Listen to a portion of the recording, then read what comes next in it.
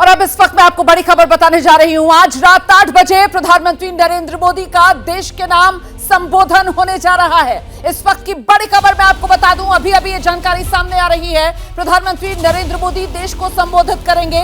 रात 8 बजे प्रधानमंत्री नरेंद्र मोदी देश को संबोधित करेंगे। ऑपरेशन सिंदूर, जो कि एक ऑनगोइंग ऑपरेशन है, जो अभी भी जारी है, जिसमें अब तक भारत को बड़ी सफलता मिली है, पाकिस्तान को मुंह की खानी पड़ी है।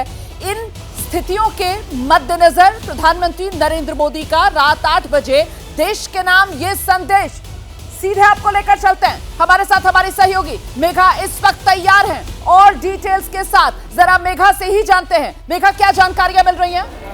जी, अभी एक कॉन्फर्मेशन आई है रुमाना हम लोगों के पास, जिसके हिसाब से आज शाम 8 बजे प्रधानमंत्री का एड्रेस होगा। देश के नाम संदेश जो प्रधानमंत्री जी आज देंगे रात के 8 बजे। अब आप समझिए कि यह संदेश किस बारे में होगा। ऑब्वियसली ऑपरेशन सिंदूर के बारे में होगा।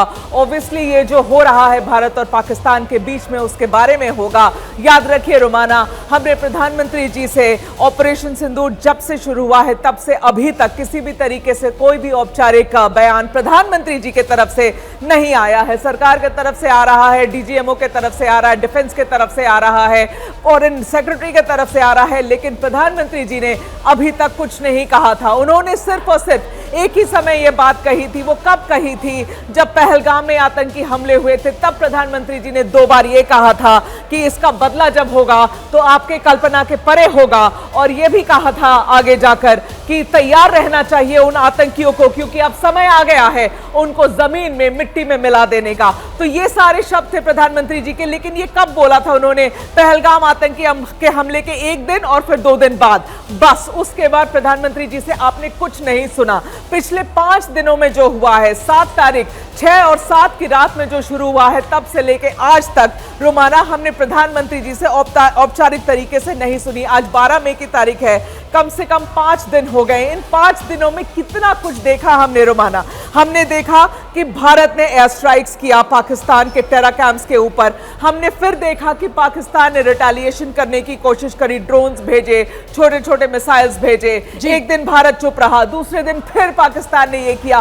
फिर भारत ने 9 तारीख की सुबह में बहुत बुरी तरीके से पाकिस्तान को क्षति पहुंचाई। उनके 8 एयर बेसेस को बुरी तरीके से तोड़ दिया, स्पेशली उनके 3 बहुत बड़े एयर बेसेस, जहां के उनके F-16 और उनके इंपॉर्टेंट स्ट्रैटेजिक लोकेशंस को भारत ने क्षति पहुंचाई। उसके बाद पाकिस्तान किस तरीके से अमेरिका के पास गया, उन्होंने भीख मांगी सीज फायर की, भारत ने उस बात को सुनी नहीं। फिर भारत पर जब अमेरिका ने प्रेशर डाला, तब जाकर यह बात हुई कि हाँ चलो वहां पहले पहल होनी चाहिए पाकिस्तान से। तो पाकिस्तान घुटनों के बल भारत के पास आया, पहल करी सीज फायर की। भारत और पाकिस्तान के बीच में यह बात हुई है, ना अमेरिका का कोई लेना देना नहीं था।